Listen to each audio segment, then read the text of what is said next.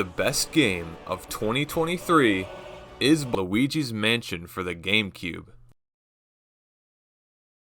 Now this is the part of the YouTube video about media made for children where I say, oh, isn't it funny I'm talking about a baby's game for babies? Because I'm secretly too insecure to admit how passionate I am about things made for toddlers. But not this time. I'm pulling no stops because this game is for fucking alphas. There's a lot of games I could consider my favorite of all time.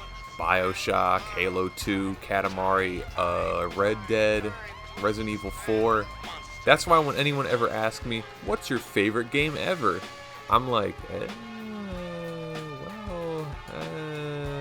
But I guess if I had to settle and pick one, I don't fucking know. Luigi's Mansion, sure. This game is a fucking masterpiece, alright? But you don't need me to tell you that. Nintendo knew, and that's why this was only one of two original launch titles for the GameCube. They put their whole console in the hands of Luigi's Mansion and Wave Race.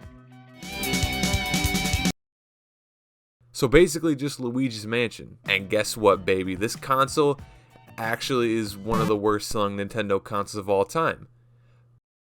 But it's still good.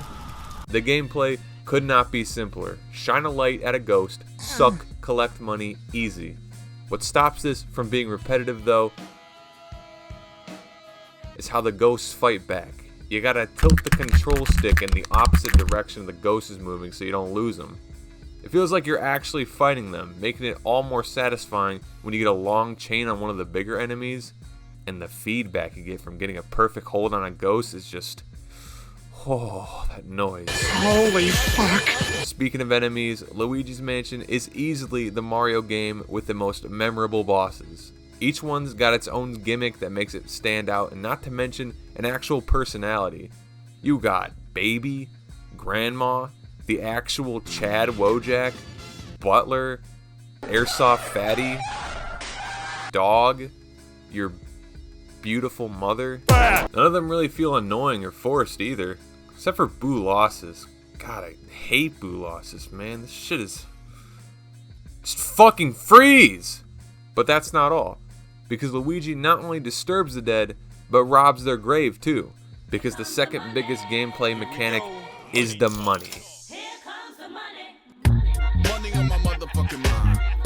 There is money everywhere. Chances are, if you can interact with it, you can find some money. It's hidden all over, man. In ghosts, in plants, in rats. A gold bar is somehow in a ceiling fan. There's a surplus of money, and collecting it all is like a FedEx Express dopamine delivery right into your brain. Due to the abundance of money and the fact that the lowest form of currency has a value of 5,000, we can conclude that the Mushroom Kingdom actually resides in Argentina due to the inflation rate. Cuidado, pause! Beating the game after collecting $30 million, you can finally afford a one-story house, which is not reflective of the modern housing market at all. You would need way more money to get a house like that. So yeah, when you beat the game, you're ranked on how you did. You either end up homeless, smoking crack in a tent on Skid Row, or you get the biggest mansion, which is built like a fucking office building, where Luigi will live out the rest of his days, soullessly working until retirement, realizing that all his money he made was worthless and he should have just had fun smoking crack in a tent. It's not fair, man. Mario gets a castle, Wario gets a hoard of gold, and not to mention a fucking planet, even while Luigi gets his own private island. Wait, his own private island? What the fuck? So you want to get the big boy mansion, because even Luigi's got to get his dick sucked once in a while. So how do you do that? You got to get more money. You got to find the hidden ghost. You got to water the plant. You got to take a picture of a mouse hole and get sucked into a secret room that contains like 50% of the game's money. You got to smell Mario's boot. This is one of those games that wouldn't fly today. Not because Luigi is openly racist or anything, but because of the length. Nowadays, people don't want shorter replayable games. They want long games that are also replayable. We surveyed 100 men with the question, what's something you can say about both your penis and Luigi's Mansion for the GameCube? The quality and replayability aspect make up for the length, Steve. Huh?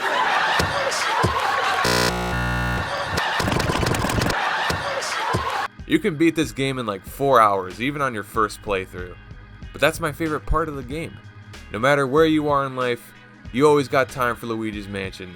I'll be playing this when my wife's giving birth. Actually, I think my favorite part of the game is how fucking stupid Luigi looks. One of the most underappreciated aspects of this game is what it did for the characterization of Luigi. Prior to 2001, Luigi was just Mario in green clothes, literally. Damn, Daniel! The only game he got to be the main star was Luigi's hammer toss on Game Watch. And Mario is missing. The educational game where you go to Tiananmen Square.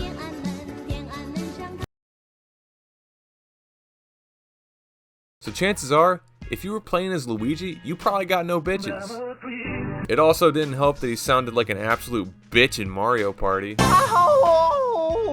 Why anyone would ever want to play as this loser is beyond me. But that all changed when this game came out.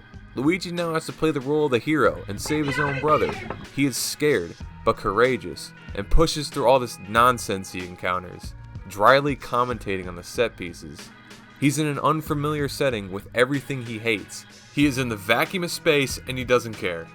He has to team up with a mysterious old man. He is tired of this shit. Luigi's Mansion ain't no Silent Hill. This game isn't scary, and if you think it is, you're probably 5 years old. You're probably Luigi himself. But the atmosphere of the mansion, seeing Luigi's overreactions to his surroundings, is charming. These simple things give so much life to not only the game, but Luigi himself. And if you don't believe me, this game has a dedicated button to yell out for Mario. Mario! Mario! Mario! Mario! This mechanic would of course be stolen later on in the game Heavy Rain.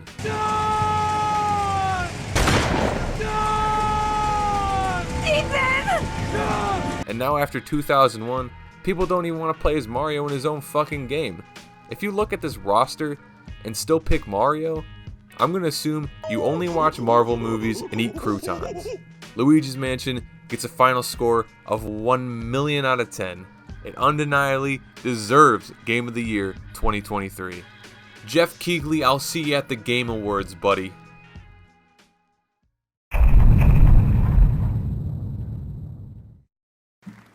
And the Game of the Year is...